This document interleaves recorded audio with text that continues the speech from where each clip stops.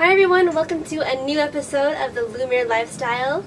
Today I'm here in LA with my best friends, Ale, Hi, and Gaby. Hi. And today we're going to talk about one of our favorite topics, which is love and relationships, specifically about toxic relationships, self-worth, and resilience. These two women are one of the strongest women I know personally, and so I'm really excited to share this story with all of you guys, and hopefully we can all be together and share in our healing and our love. So, yeah. So thank you guys for being here today. We've had a really fun weekend so far.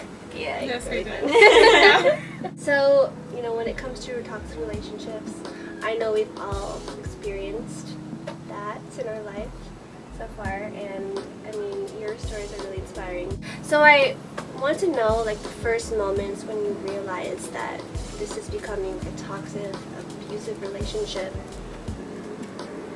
You want to go first, or should I go first? You can go with yours first because mine have been a little bit harder.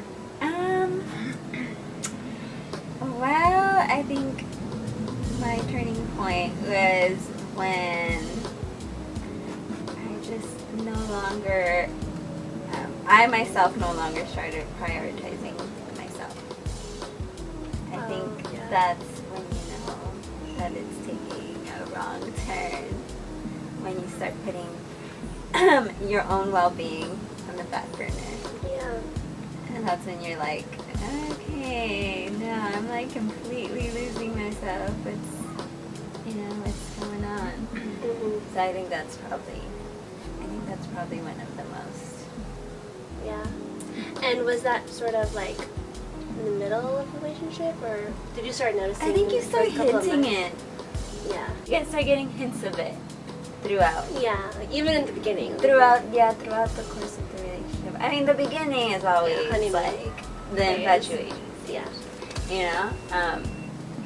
But I think, throughout the course of the relationship, I think even when things are hinting, you're not really well aware of it. Yeah. You're still, because you're very, You're in love, and you're very hopeful that things are gonna be, that things are different. especially when you're blinded. Once you get into that mode where it's we both love each other and we have a future together, that blinds you from what's actually happening. How about you? Me? What are the first signs? Yeah. Definitely when you start drifting away from what your priorities are. You start thinking more about them instead of yourself, and that's not a good sign. Mm-hmm. Yeah. So I think in a healthy relationship, and that's something we're all starting to learn, as we. It's a process. Yeah. You learn. You have to. Yeah, I have think. to listen to win. Yeah, you can be a late bloomer like I am. Yeah, I mean, it doesn't matter where you are in life. As long as you eventually learn that what the most important thing is your heart, you have to be complete, he's complete, or whoever you like, Or also just that you're complete within yourself. Yeah, exactly. That's the most important part. Yeah. Yeah, that you're complete within yourself. Mm-hmm. Because it's hard to. What did I say the last time we were talking about this? And I was like, it's not necessarily that you're in a relationship with a horrible person. Right. And it's just that they haven't acknowledged their own greatness. So you can't expect them to acknowledge and appreciate your own greatness. Wow. You feel That's me? so deep. So, so deep. Was it hard to open up to people during that time when you were in a toxic relationship, telling people about this, or just wanting to be open about your own emotions during this time? Because you felt sort of embarrassed, or you didn't want people to know what was happening, behind closed doors. It was very hard for me because mine was so extreme. So then mine took me to a whole new realm of reality, because being displaced after an abusive relationship, it just took me to places where I didn't know I was going to go. And so I stayed quiet for a while about it up until the crisis was really real. And it was just starting to hit home. more on a spiritual level, because you're just, at one point you have your apartment, you have things going on for you, you're still going to school, you're still continuing your routine, but when you don't have your home and your necessities and your stability, that stability you're just trying to find a way to cope with everything, and that's the part where I had the hardest to face, and a lot of people at work didn't know what I was going through. Yeah. Maybe one or two, but those people just kept it to me. Yeah, so then for me, that other side was just, I saw it was hard, and thankfully for her and her family, like, they helped me out. Yeah. So, yeah, they helped me out with what they could, and sometimes I had nights coming out of night shift, just getting some sleep, and just getting through the whole thing was insane. That's why I think we pulled through. We did. Yes, we did. Do you want to go like more in depth of what happened, or? Yeah, we can. Yeah, we can. Okay. Yeah, because I know you talked about being displaced during that time of your relationship. That's just sugarcoating for homelessness. Yeah, that's like. But it is, the reality is homelessness. I mean, going through it, trying to find shelters, Wow. trying to find a shelter to house yourself and finding that stability, like a place where you have a home, roof to sleep in, a bed to sleep in, somewhere where you can release. And that was because the person you were dating was like, he was disrespecting you, he was stalking you. He was doing everything, but the most important part about him was that he wasn't accepting his mental health problem. And I didn't realize what bipolar disorder was up until I got to know his mom. So we were really going into that, serious relationship. She understood me as a woman first, before his daughter's girlfriend, and I thank her for that. His main priority was seeking help for his disorder, and I don't want to label it as a problem, because like I think we all go through things in life, and we are all born with different things. So some things you can't get rid of them. So I don't blackmail him for that. I don't put him down.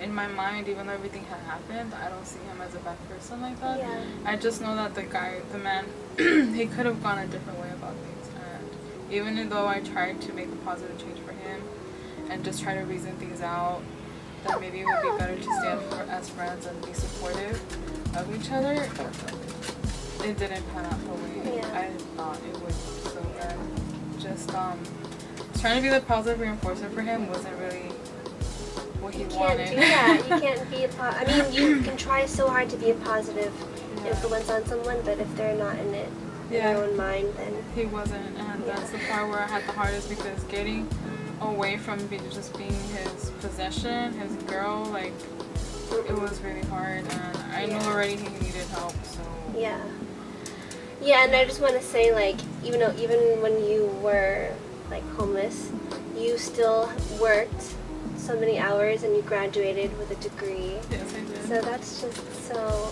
wow. Yeah, thank you. Yeah. I did it. I know we talked about like being a positive influence in someone. That sort of kind of relates to your story as well. Like trying so hard to like bring someone up, but it has to really come from that person. So if you want to open up about, you don't have to. Well, I mean, I can open up about a lot of things. Yeah. I think it's really hard to open up. Cause like it's so hard. Even me, like I'm a psychology major, and I'm all for therapy. But even going to therapy, for me, was so hard opening up. Of course about, it is. Yeah. Especially like about my abusive relationship. So hard. But because I remember I was like, I did anything and everything to avoid talking about my abusive relationship when I was younger. And look how far you've gone now. I mean, wanting to open up, not open up, but like sort of tell more about your story on camera. No, but yeah, I think it really takes a toll on your person. Yeah. Like a big toll. And I know, like, like I really appreciate the fact that I have friends that I can really, like, we can really connect these sort of things because we've been through experiences that really have taken toll on our person and that have to do with like the same kind of thing. Yeah. And I know Gabby would agree with me on this, that like for me it took a toll on my person with my anxiety. Oh yeah. Yeah. Do you have any advice for anyone who's going through these experiences right now? My advice for women that are dating is to be gain knowledge in a way where you want to prevent any type of bad situation where it leads to, before it leads to psychological abuse, emotional abuse, or physical abuse. Because once you start getting fear, it's really hard to get out of it. And codependency is not the way to go. When you learn about yourself first, then you have an idea of what a relationship is afterwards. But codependency, where you think you need them for anything, from love to any type of closure, any type of anything that has to do with codependency. Like, you know, it's good to get to know yourself first before you start any relationship. And know that you can do things on your own. You know that you don't need anybody for any part of your life. But I mean, yeah, your friends are your friends, you know. But you shouldn't be codependent. Very true. Just learn about your resources and where you can go just in case you need help waking up from whatever's happening. Yeah. How about you? I know you said that you can't really give advice to someone when they're in that moment, but what do you have to say about that? It's like you can give advice, but it's I think, well, me personally, I'm not going to generalize. If in that moment, I know at that moment, the advice that I received was just like not really sitting with me at all. And it was not because I didn't know that advice. It's not because the advice wasn't right or stuff. I was just in a situation where my thinking was very cloudy. You know, I would give advice to the loved ones and friends of somebody going through that. Just And listen. Yeah. Be present. Yeah. Support.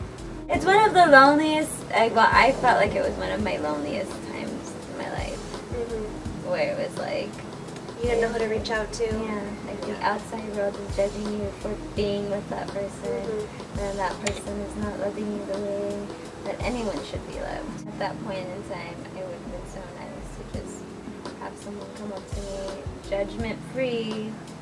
Yeah, I definitely agree that when you're in a toxic, abusive relationship, it's very lonely. Like, I felt so lonely. I felt like I couldn't talk to my family members about it. I still can't really do that, but I think it has strengthened me to become a more positive person and to want to start this channel and do music and get my mind off of, everything that happened in the past. But you have a point there when you can't talk to your family about it. Like, I'm still dealing with that with my I family. haven't.